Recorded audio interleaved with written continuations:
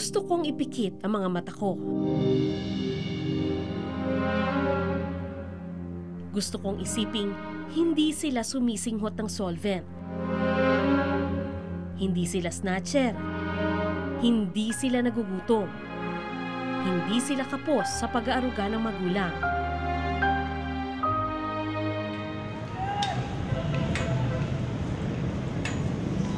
Pero sa isang sulok ng Maynila, may isang nilalang na mulat habang ang iba'y nagbubulag-bulagan.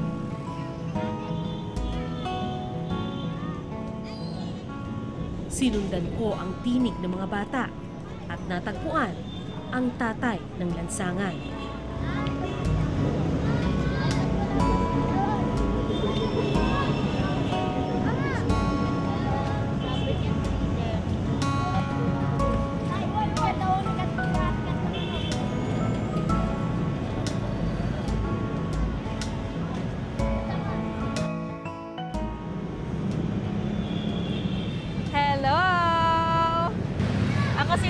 Nung araw na magkita kami ni Butch sa isang park sa Binondo, napansin ko agad na para siyang magnet sa mga bata.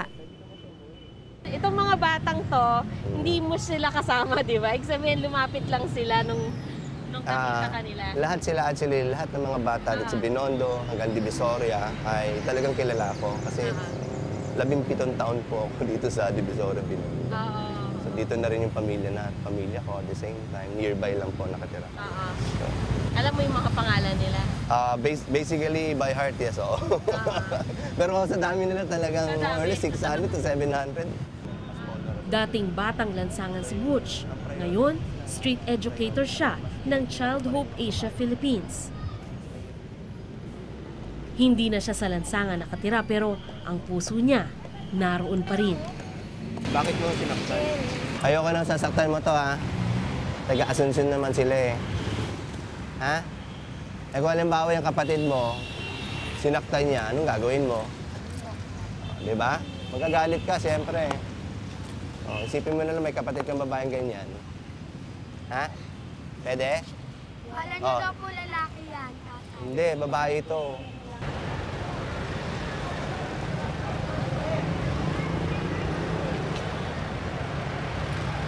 Pagkatapos mamagitan sa isang away bata, pumasok si Butch sa isang cafe.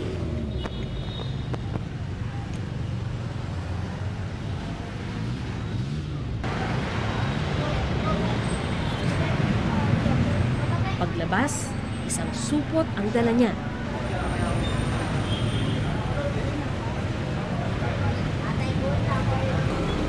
Ba't kayo pumasok doon? Pinukuha ko yung mga natira nilang hindi nabentang tinapay. Pag may dumaan ng mga bata, bigyan nyo. Ha? Hati-hati kayo. Okay? Wag mong mamadali. Baka madulas.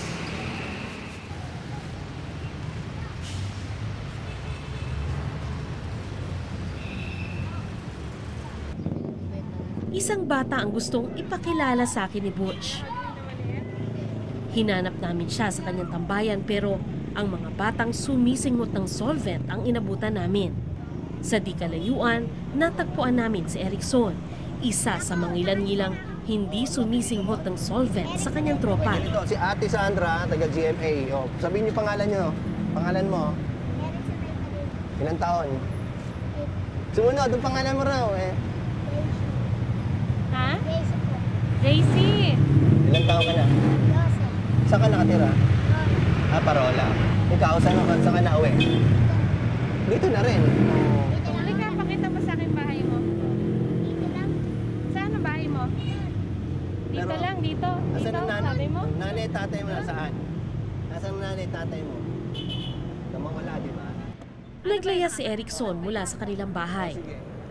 Gusto sana ni Butch na maalis siya sa kalsada at maipasok sa isang shelter. Bakit kailangan maging priority siya? Mas bata siya, mas vulnerable siya. Habang maaga, madali pa yung makausap. Pag yan ay nag-stay na 2 to 3 years at gumagamit na ng solvent, hindi na natin siya mahahabol. Parang matatagalan.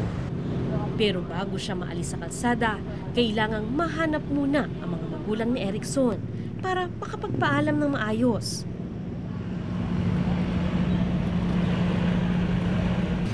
Bago pa man kami nakaalis sa tambayan ni Erickson, isang pulis ang lumapit sa tambayan ng mga bata. Ilang snatch. Pero kanina pa yung mga bata na yan nakatapay dyan. Hinahabol nyo? Hinahabol nyo? Nagkagalo yung ano eh. Sa traffic kasi yung doon eh, yung sa jeep. Eh ayaw na bumaba ng complainant eh. Eh kaya pag ikot ko dito, sabi naman nila, kanina pa rin nandito yung mga bata. Kaya baka hindi na raw. Baka nandyan yung suspect. O eh di ba, sabi nila. Walang kasiguruhang katropa ni Erickson ang batang snatcher na hinahanap ng pulis. Pero nag-aalala ako para sa musmus na ito na dapat sana'y inaaruga ng magulang niya. Kaya naman naisip ko kung gaano na lang kahalaga ang papel ng tatay ng lansangan sa buhay ng mga batang tulad niya.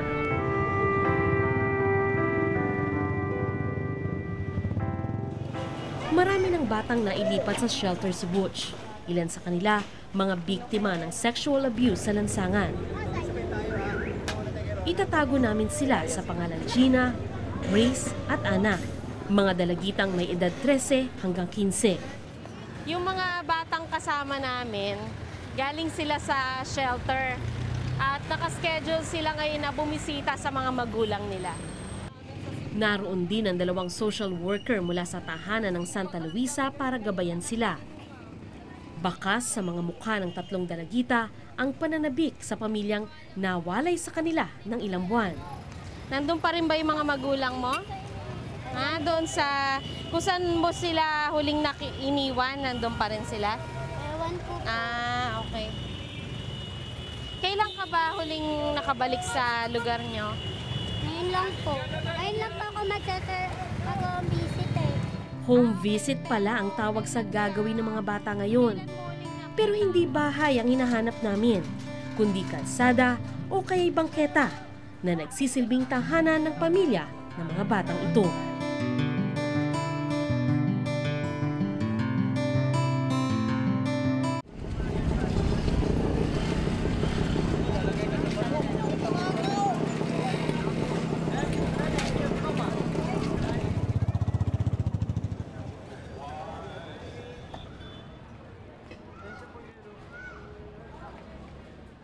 Sa daan patungo sa Divisoria, parang artista ang kasama ko.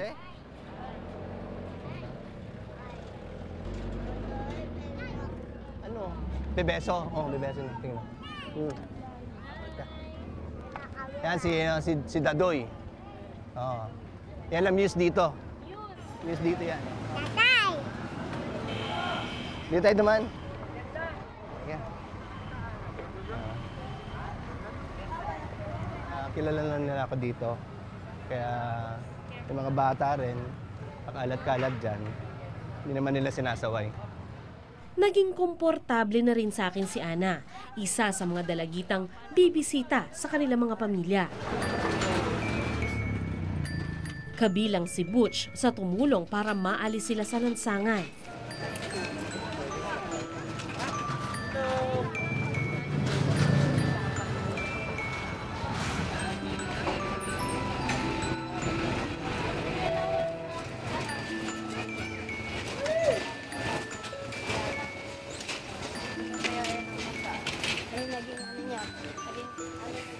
Maya-maya pa, Hindi tayo, mainit. Ay, alaga ate, kamusta ka na? Ilagay mo rin, mainit anak.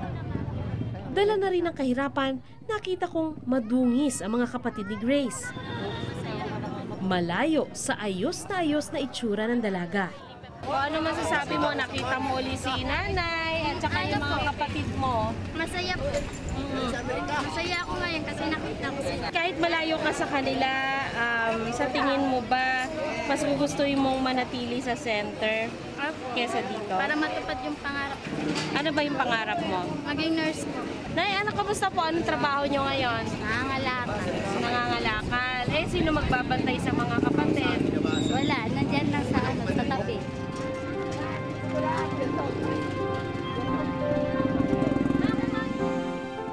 Sa hindi kalayuan, natagpuan na rin ni Gina at Ana ang kanilang mga pamilya. Kahit na pumuti na yung Okay lang po. At masaya.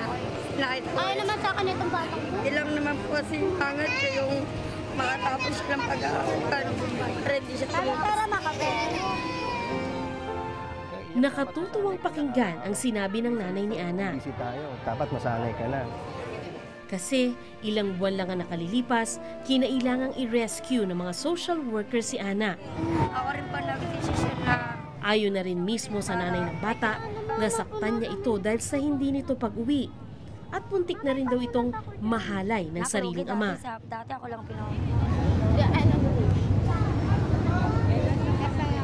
Aminado ang nanay ni Ana na nakabuti sa bata ang pananatili nito sa shelter, pero Ang kakausapin daw po si tatay para umayag na dito ulit siya sa akin. Gusto mo ba yon na dito siya ulit sa'yo? Oo, para kahit pa paano may gagabay sa mga kapatid niya kasi sa madaling araw ko. Pag matutulog po ako dyan, wala akong nababantay sa sanggol ko. 2 beses na nga po natangkang nakawin. Akala ko ba magsasakripisyo ka para sa edukasyon ng pinakamatanda? Kasi sabi rin naman niya, Mama, gusto ko lang makasama ka, gusto ko lang dito. Gusto ko tang tulungan ngayon sa, yun sa ano mo, sa lagay mo. ilang minuto ang lumipas. Pakiramdam namin ninanamnam ng mag-iina ang maiksing panahon na magkakasama.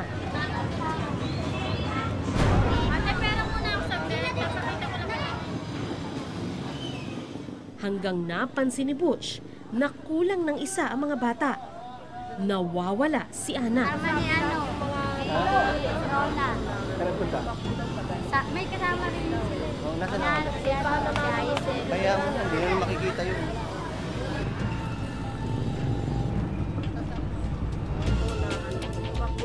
So, Kuya Butch, anong nangyari? Ayun, tinakasan kami. Maraming pwedeng pagtaguan sa Divisoria lalo pat may hinalang may basbas ng kanyang ina ang pagtakas ni Ana.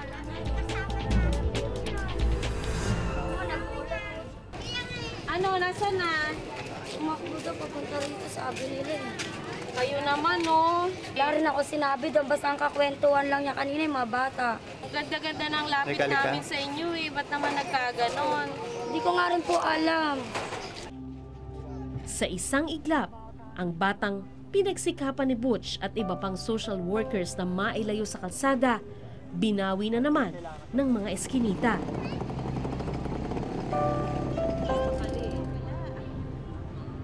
Pero kalmado lang si Butch. Dala na rin ng mahabang karanasan niya bilang batang kalye. Tatago na lang yan. Pag-aalagay. Maagang nahiwalay sa kanyang mga magulang at 2 kapatid si Butch. Nakitira sa kamag-anak at nag-aral ng elementarya sa Maynila noong dekada 70.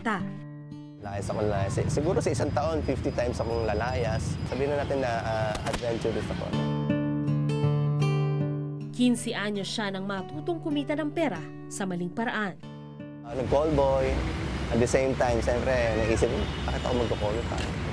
Ano yung katawan mo rin dyan? Sabi ko, kaya ko magbugaw. So nag-alaga ako ng mga batang layas, mga 10 to 13 years old, 15, minubugaw ko sila sa mga pedophiles. Pag wala akong mga guests, small time akong drug peddler. Sa madaling sabi, naging tigasin ng kalsada si Butch.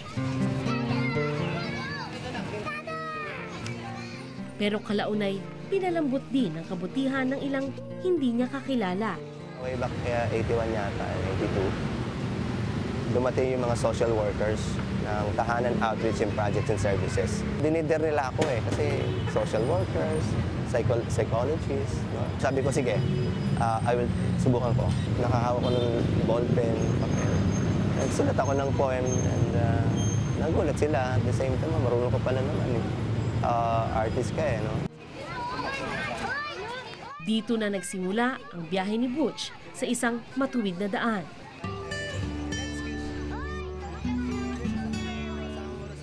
Ang kabutihan daw na nalasap niya noon, gusto naman niyang ipasa sa dumaraming batang lansangan ngayon.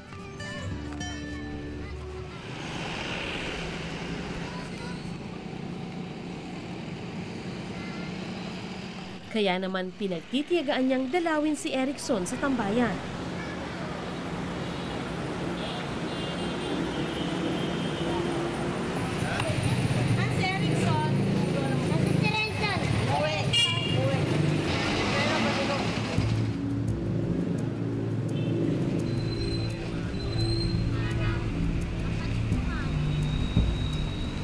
Hindi ba si Erickson yun? Opo. Araw-araw ba lang? Doon ko na lamang tambay din pala doon ang ate niya na naging tulay namin para matunto ng ina ni Erickson.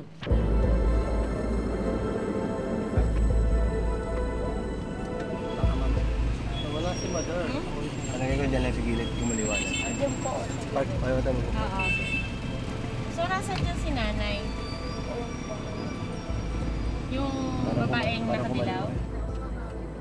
Inabutan namin ang nanay ni Erickson sa isang sidecar kasama ang stepfather ng bata.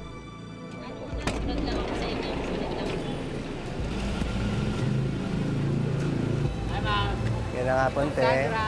Sa social welfare akong natrabaho.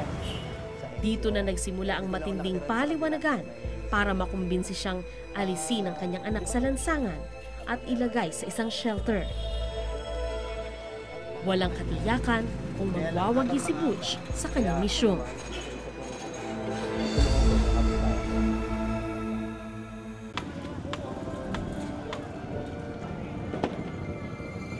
Dahil malabo nang mahanap ang batang tumakas na si Ana, nagpa siya kaming magpaalam na sa mga pamilya ng mga bata.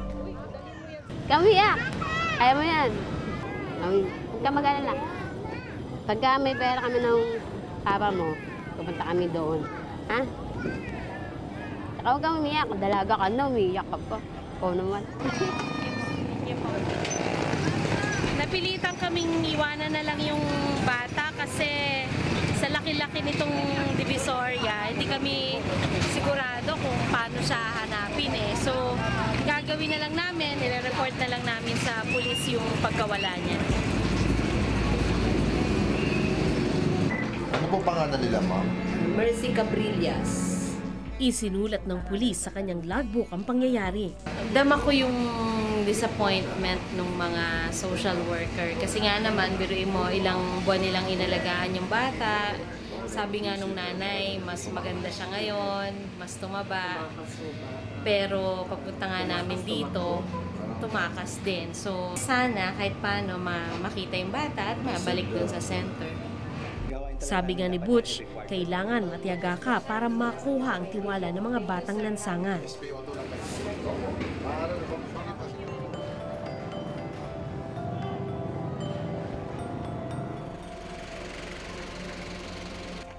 Tuloy po kayo.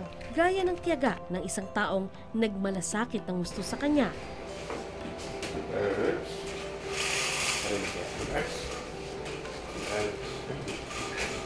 Siya si Father Ben Villote, na tinatawag na Herbs ng mga street children na inalagaan niya. Masasakiti na si Father Herbs at hindi na rin nakapagsasalita.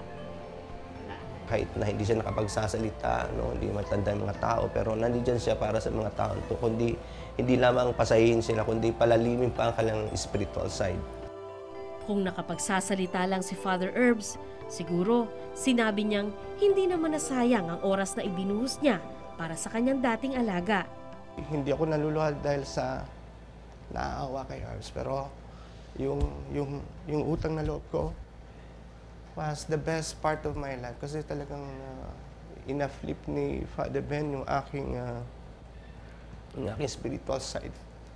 So whatever na ginagawa ko ngayon sa mga kabataan, sa mga street children mostly, ay is an extension of what he is doing. And to say the last words, no, I was once a lost sheep. Now I am looking for lost sheep. Isang nawawalang tupa. Ito ang tingin ni Butch sa batang si Erickson.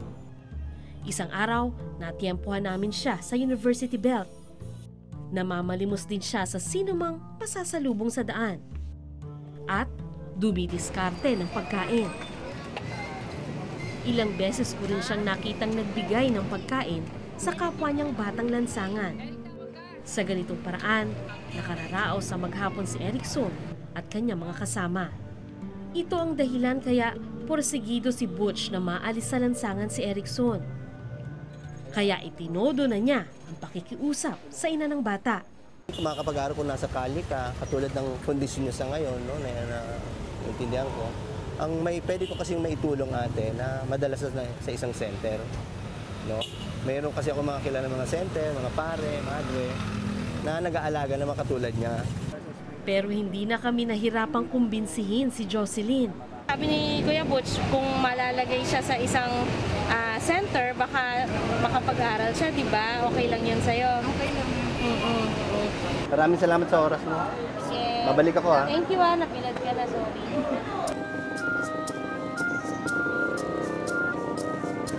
Nagabi ka talaga, no? Alas 7 ng gabi, isinama ako ni Butch sa kanyang bahay para ipakilala sa kanyang pamilya. Doon ko napatunayang hindi kailangan maging mayaman para tumulong sa kapwa. Bukod sa asawa at 2 anak, meron ding 2 dating batang lansangan na nakatira ngayon sa bahay ni Butch. Ang isa naghahanap ng trabaho at ang isa naman malapit nang pumasok sa isang shelter. Kaya naman ang mga anak ni Butch, bilib sa kanilang tatay. Nakakatuwa rin naman po kasi may nakakita rin po ako mga kabataan na kasama niya. Mahal siya ng mga yun. Tinutulong siyang ama ng lansangan. Oo nga eh. Pag magkasama kami ni Papa sa labas, magugulat na lang ako, biglang gumalas sa kanya, ang dami, pila-pila pa eh. Ano nag-i-impluwensya niya sa'yo? Anong naituro niya sa'yo? Maging makatao po. Pag nakakatulong po yung tatay ko sa mga batang dinadala niya po dito, pakiramdam po namin. Nakakatulong na rin po kami sa kanila. Ang asawa ni Butch na si Anjo, nung unang mga araw, hindi tanggap ang sobrang pagiging matulungin ng asawa. Pinapadala minsan si Butch dito, mga bata o patutulugin ng ilang araw. Kakausapin ako niyan. Una hindi ko tanggap eh. Kasi parang hindi ko nakagisnan yung ganun. Tapos yung itsura pa ng bata, minsan parang ang dumi mo, ganyan. Tagal-tagal ang kakaganyan ni Butch, natatanggap ko na eh. Dinala niya sa dropping center, binisita namin. Andiyan yung nanay, may tatawagin ka nanay, ibang tao yun hindi mo naman yan. Meron pang bata dito na nakapagtapos na, ano na siya, may trabaho na. Pagdating ng Pasko, may dalang, eto, gatas para sa'yo. Tatay Butch, ano yun, naiiyak ka talaga. Natatouch ka sa ano nila, sa pinapakita nila Oo, sa'yo? natatouch ako. Minsan may letter.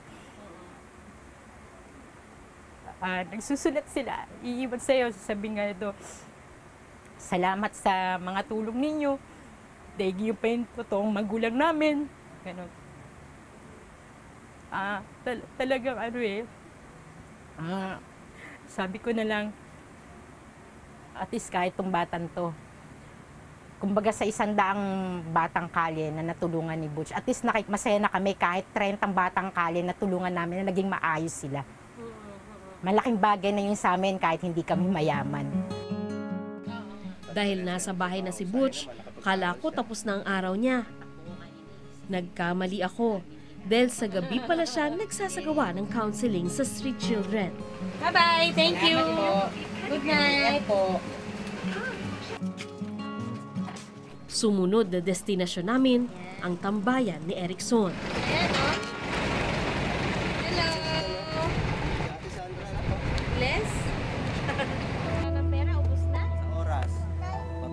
Alas 10 ng gabi, masinsinang kinausap ni Butch ang bata.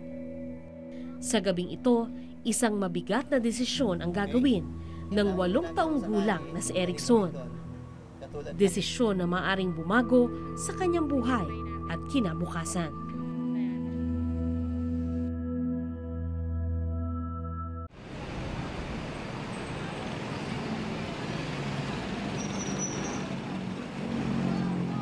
Di ba nag-usap tayo minsan na hindi ka dapat nasa kalye sa edad mo kasi 8 years old ka lang. Dapat ikaw nasa bahay, nag-aaral, naglalaro. Mahaba ang naging paliwanagan ni Butch at ni Erickson. Ayaw kasing iwan ng bata ang kanyang buhay sa kalsada. Bakit yung mga sunod na araw na to, bumisita tayo sa isang center? Payag ka? Sama rin natin si ate mo. Pwede ba yun? Opo, hindi. Opo, hindi. Ano, pwede ba siya? Hindi, bakit? Sa tingin ko, ilang beses pang babalikan ni Butch si Erickson bago ito makumbinsing lisanin ang kalsada.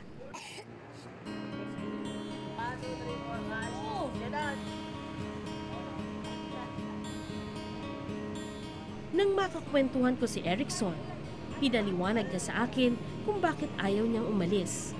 Sabi sa'yo ni Kuya Butch, pwede kang makapunta sa isang center, mag-aaral ka doon ka titira. Gusto mo ba yan? Ha? Bakit? Bakit? Paglaki ko, hindi ko na sila kilala. Eh hindi, pwede ka naman nilang dalawin. Ayoko. Ayaw mo? Eh paano ka makakapag-aral? Ayoko dito na lang ako mag-aaral. Bakit? Ba't gusto mo dito kaysa sa center? Ha? Bakit mas gusto Dito mo pinakamaraming bata rito eh. Marami ka pa makikilala. Gusto mo kang bumalik sa eskwelahan? Pangarap daw ni Erickson na maging pulis para patinuin ang mga batang lansangan. Pati nga sa pagpaplano ng kanyang kinabukasan, hindi nalilimutan ng kanyang pamilya at mga kaibigan. Pag may pera ka na, anong bibilin mo?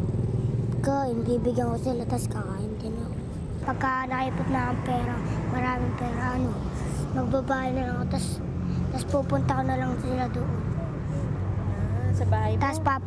Tapos ako na lang magpapakain. After ng 20. Ang sarap pakinggan ng isang batang nangangarap. Sana nga, ganun lang kadali ang buhay. Iniwan ko si Erickson sa gilid ng kalsada.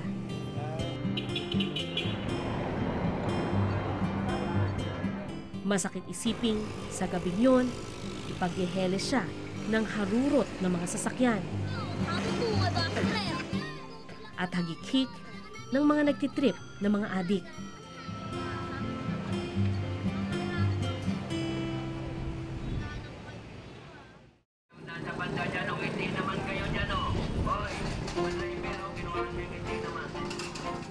Sa mga sumunod na araw, tuloy lang ang paghahanap ni Butch kay Ana sa Divisoria. Nakita mo nanay, yung mag-iina? Dito ka tatawid lang kayo. Ito na nga doon, ay gagawin. Natyempohan ni Butch ang ama ng bata. Liam! Hindi kita kukunan, Hindi kita kukunan. Tinatanong ko lang kung nasaan yung bata.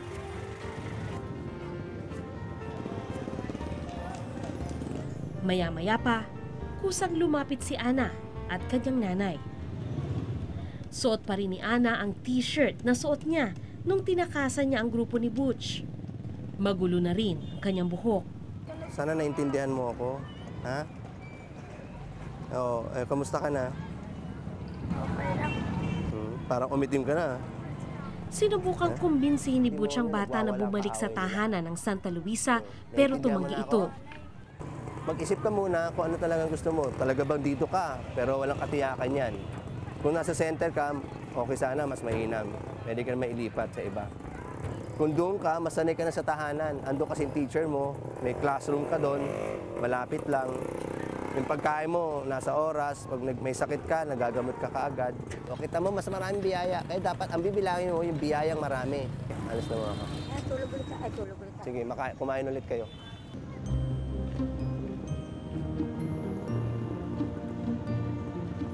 Ito na ang pangalawang batang tumanggi sa tulong ni Butch sa mga nagdaang araw.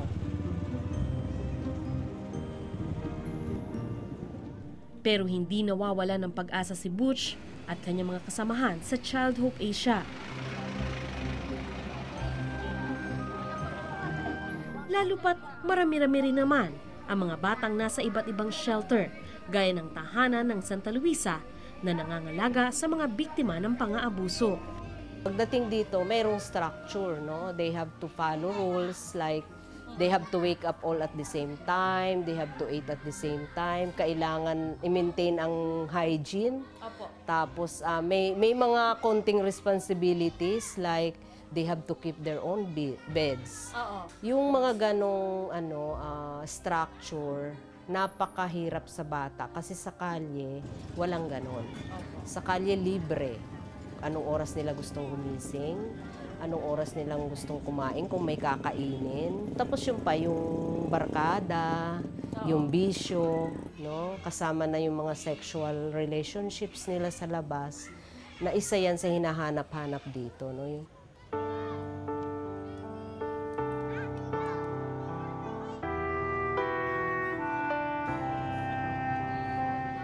Sa ilang araw na kasama ko ang mga batang lansangan, isang bagay ang sigurado ako. Malaking problema ang kinakaharap ni Butch at ng iba pang nagmamalasakit sa kanila. Pero hindi raw nagmamadali si Butch dahil ang bawat hakbang papalapit din sa paroroonan. Habang nandito ako, tutulungan ko sila. Mag-iisip lang sila. Although matagal mag-isip sila, pero maghihintay ako. Parang tinatanong na, tay, ba't may balbas ka? Ba't ang haba ng buhok mo? Ba't hindi mo gupitin yan? Sabi ko, hindi ko gugupitin buhok ko, balbas ko. Hanggat mayroon pang batang lansangan. Sasabihin ng bata, tay, ang dami namin eh. Maghihintay ako. Maghihintay ako.